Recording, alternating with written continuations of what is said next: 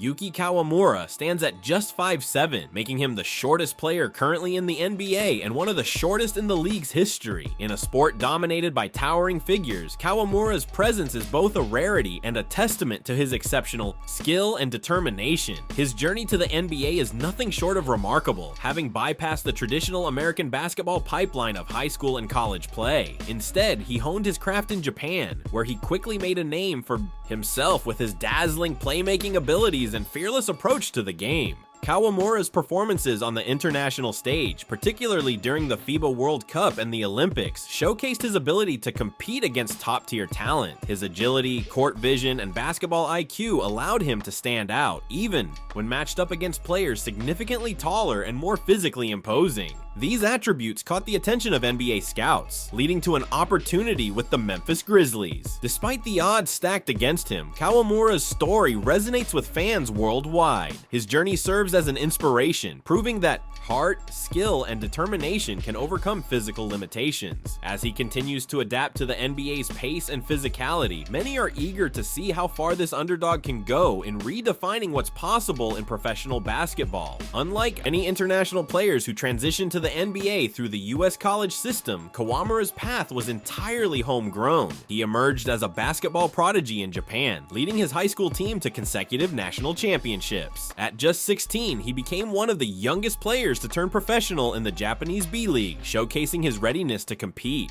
at higher levels. His early professional career was marked by rapid development and increasing recognition. Kawamura's ability to control the game's tempo, deliver precise passes, and make clutch plays set him apart from his peers.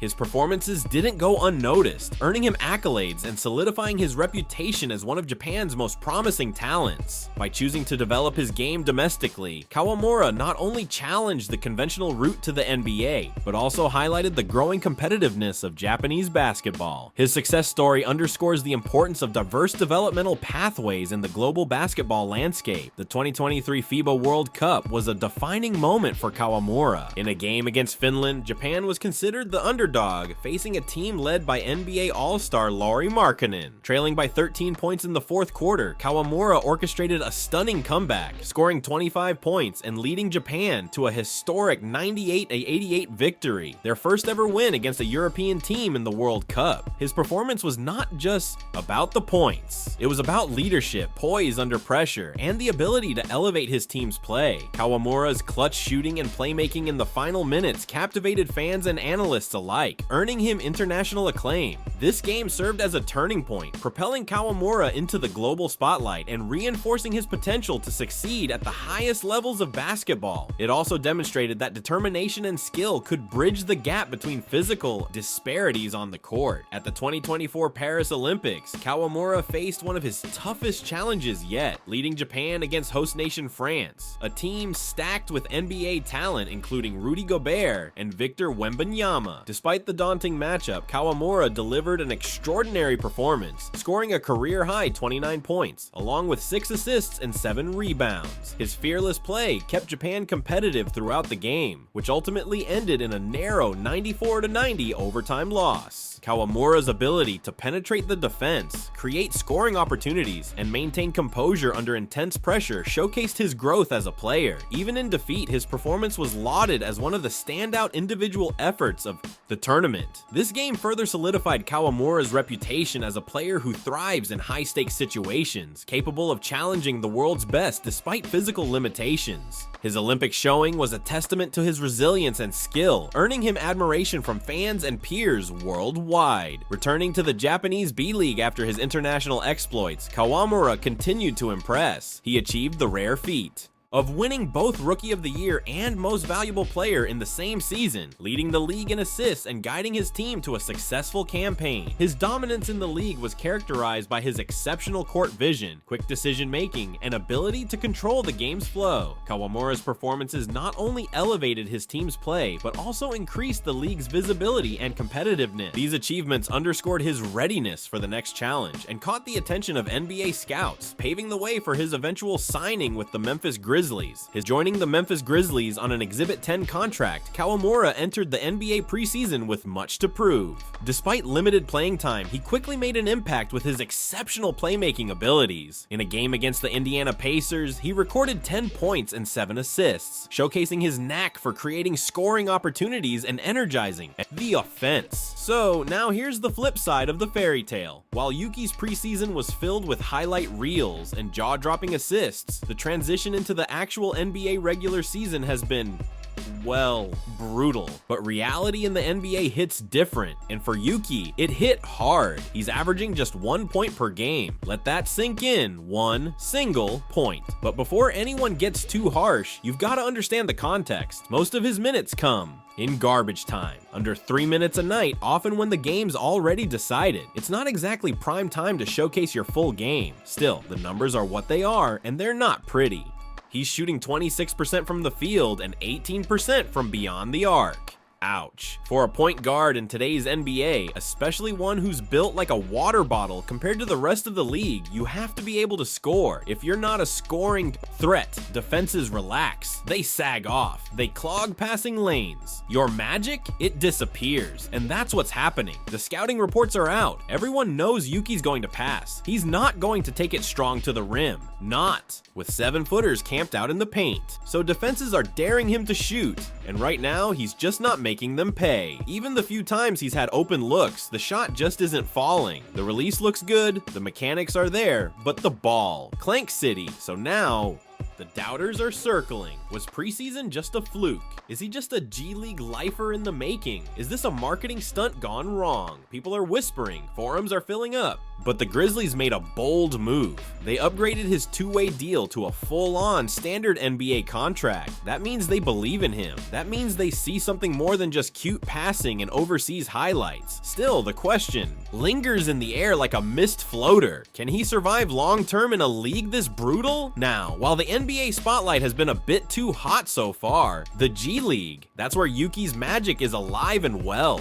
Seriously, this guy is turning the Memphis hustle into his personal playground. He's currently leading the entire G League in assists with a ridiculous 11.8 per game. You know how crazy that is? Most players don't even touch that in a season high game, and this dude's averaging it. It's like every time he touches the ball, something beautiful happens. In one game, he dropped 15 points and 16 assists. 16. That's not playmaking, that's orchestration. He's out there like a symphony conductor with a basketball, threading passes through microscopic gaps, setting up teammates like he's got eyes in the back of his head. And don't get it twisted, these aren't cheap assists off dump-offs. These are next-level dimes, behind the back, no looks, pinpoint bounce passes through traffic, straight up surgical. He even flirted with a triple-double, 15 points, 11 assists, 8 rebounds, and a few steals thrown in for good measure. For a 5'7" guard, that's absurd. He's rebounding like he's 6'5", playmaking like Chris Paul, and controlling the pace of the game like a 10-year vet.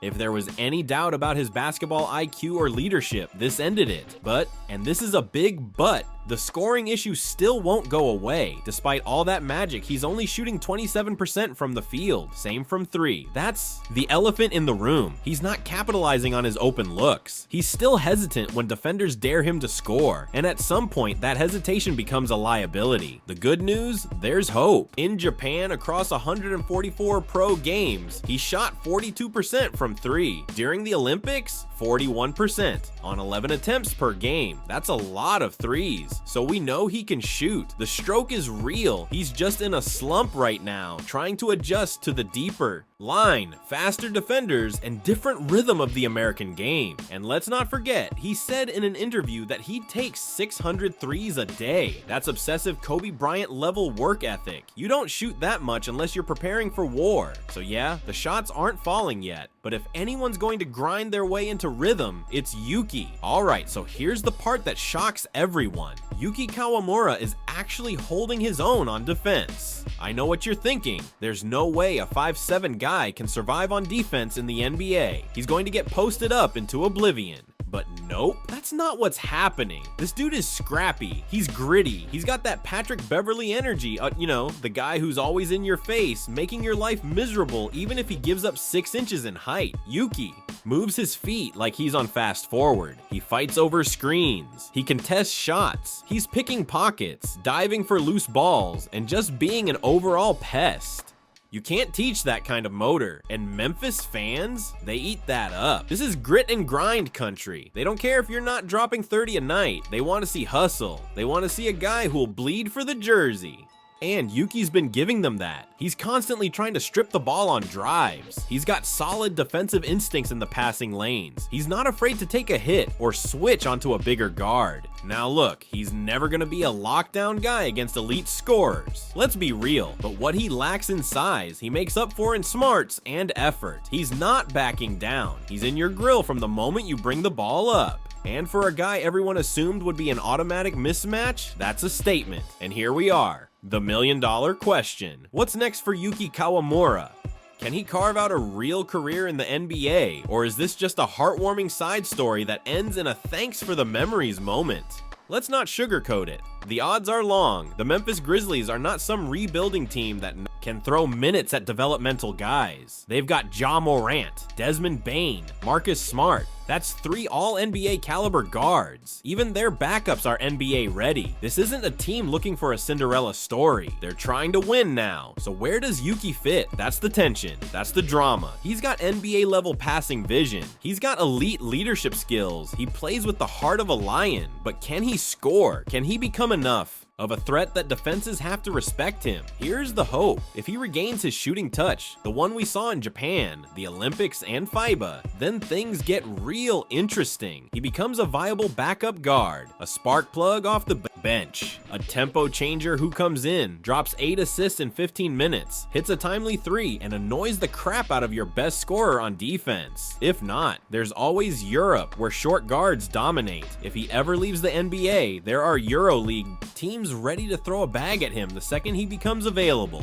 But something tells me he's not ready to leave. Something tells me he and Ja Morant are building chemistry. Something tells me the Grizzlies see him as more than a novelty act. Yuki Kawamura isn't just the shortest player in the NBA. He's the most improbable story in the league. He's not supposed to be here, which is exactly why he might end up staying longer than anyone expected. Okay, now take a step back for a second. Forget the stats, forget the contract terms, forget the shooting percentages, the minutes played, and all the preseason breakdowns. Let's talk about what this really means, because Yuki Kawamura's story, it's way bigger than just basketball. This isn't just about a 5'7" guard trying to make it in a league full of giants.